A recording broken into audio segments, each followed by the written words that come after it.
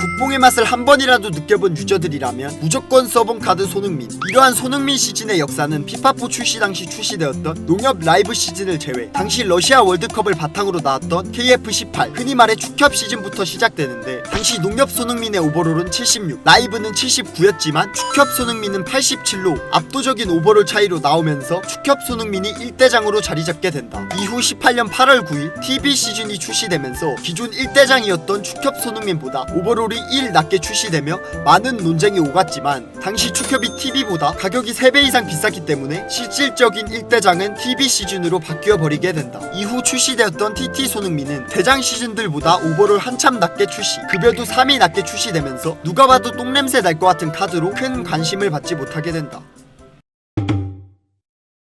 이때 당시에는 피파4에서 손흥민의 입지가 지금만 하지는 못했다. 그렇기 때문에 당연하게도 토티로 출시되지 못하였는데, 대신 그때 당시 출시되었던 카드가 더 업그레이드된 축협 시즌인 KF19가 출시되면서 인게임에서만 비교해봐도 압도적인 스탯 차이를 보여줬지만 기하급수적인 가격을 형성, 굳이 이 돈 주고 쓸 필요가 있나? 라는 여론이 생기게 되고, 18 축협 은카 vs 19 축협 동카로 많이 갈리게 된다. 그렇게 손흥민의 축협 시즌들이 전성기를 누리고 있던 와중 전설적인 카드가 등장하게 되는데, 이것이 바로 당시 한국인 최초로 출시되었던 토츠 카드로 19 토츠 손흥민 카드이다. 이때 당시 축협 손흥민보다 체감, 드리블, 속도, 슈팅 모든 부분에서 우세하였고, 축협성 고강보다도 토츠손이 좋다는 평가를 받으면서 정말 많은 인기가 있었는데, 그 인기를 증명해주던 영상이 다름 아닌 박성준님이 서버 최초 19 토츠 손흥민 은카 영상으로, 이 영상은 현재 조회수 600만 회를 돌파하면서 정말 사기인 19 토츠 손흥민의 성능으로 정말 많은 유저들에게 충격을 줬었던 영상이었다. 그렇게 2019년도는 19 토츠 손흥민의 레전드로 끝나게 된다.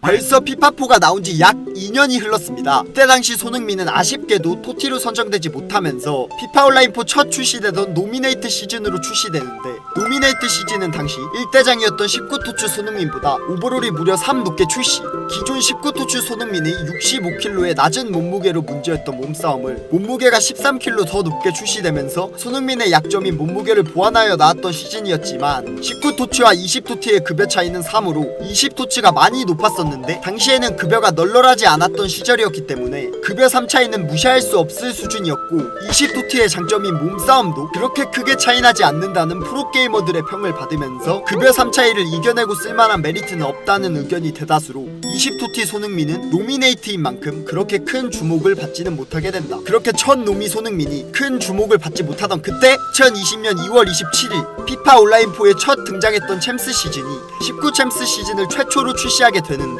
이때 당시 손흥민의 토트넘은 챔스에서 뛰어난 활약을 펼치며 손흥민 역시 챔스 시즌으로 출시하게 된다. 하지만 챔스 시즌 특성상 처음 나왔을 땐 가격 뻥튀기가 심한 편이었는데, 대장이었던 20 토티보다 안 좋다는 평을 받으며 이 역시 큰 주목을 받지는 못하였지만, 그 후 정확히 한 달 뒤 나왔던 LH 손흥민은 19 토츠보다 낮은 급여의 준수한 성능으로 당시 급여가 널널하지 않았던 시기에 윙으로 쓰기 딱 좋은 카드였고, 이 카드는 거의 몇 년간 고강으로 업그레이드해서 쓰이며 급성비 카드로 자리 잡았다. 그렇게 2020년 상반기에만 손흥민 시즌이 4개가 출시되었지만, 기존 1대장이던 19 토츠 손흥민과 확실한 차이는 안 나고 있던 와중 2020년 하반기 20 토츠 시즌으로 손흥민이 출시하면서 압도적인 속도와 몸싸움 그리고 헤더 등 모든 부분에서 눈에 띄게 좋아지면서 19 토츠 20 토티 손흥민보다 압도적인 성능으로 20 토츠 손흥민이 1대장으로 자리 잡게 된다.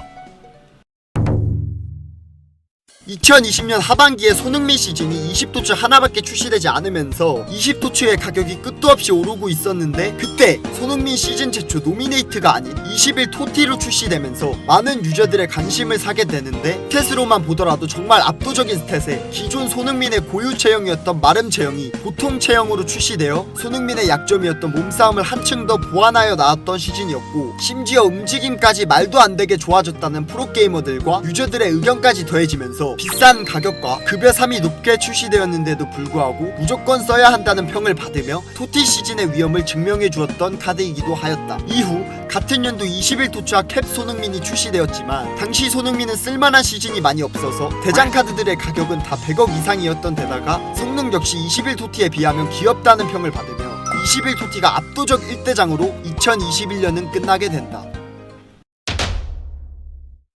21토티가 1대장 자리를 굳건하게 잡고 있던 와중 2022년 손흥민 역사의 한 획을 그을 레전드 카드가 탄생하게 되는데, 그것이 바로 22토티 손흥민. 22토티 손흥민은 기존 21토티와 급여 1밖에 차이나지 않으며 정말 뛰어난 침투 AI, 간지나는 스파이더맨 미페로 코리안 에우제비우라고 불릴 정도였고, 심지어 당시 12KH 시즌의 출시로 대한민국이 적폐민국이라고 불릴 정도로 좋은 성능팀이었기 때문에 22토티 손흥민은 대한민국에 있어서 무조건 필요했던 자원이었다. 이 인기가 어느 정도였냐면 당시 피파 유저들의 평균 구단 가치가 1000억 미만이었는데 22토티 손흥민 하나가 약 1000억이었으니 정말 엄청난 인기였던 것이다. 이렇게 이때 당시 22토티 손흥민의 인기가 피파판을 휩쓸고 있었는데, 현실에서 손흥민이 득점왕까지 달성하게 되면서 하이패스로 22토치까지 출시하게 된다. 그것도 모자라 22토티의 오버롤을 뛰어넘고 출시하게 되면서 22토티 vs 22토치로 많은 논쟁이 있었으나 22토치가 급여율이 더 높았고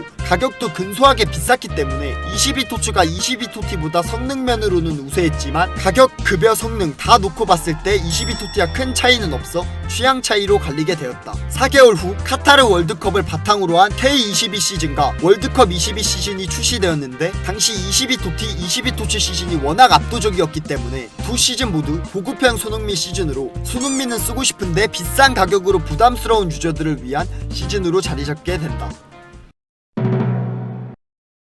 2023년에도 손흥민이 23토티에 선정되면서 3연속으로 토티 시즌이 출시가 되는데 정말 할 말이 없게 만드는 시즌으로, 당시 대장이었던 아이콘 호나우두 오버롤이 112였는데 토티 시즌의 오버롤이 113으로 출시되면서 역대급 오버롤을 자랑하며 출시하자마자 기존 1대장이었던 22토치보다 거의 2배 비쌌던 2000억으로 등장하였는데, 당시 1대장이었던 아이콘 굴리트 은카 가격이 1조 3천억이었으나 23토티 손흥민의 은카 가격은 1조가 훌쩍 넘어갔고, 이렇게 역대급 오버롤과 역대급 가격으로 큰 충격을 주게 된다. 이후 23년 하반기 하드워커, CC, FC 시즌이 출시하게 되는데 각각 오버롤 110, 108, 111로 출시하면서 대장이었던 23토티에게는 한참 못 미치는 수준으로 출시하게 된다.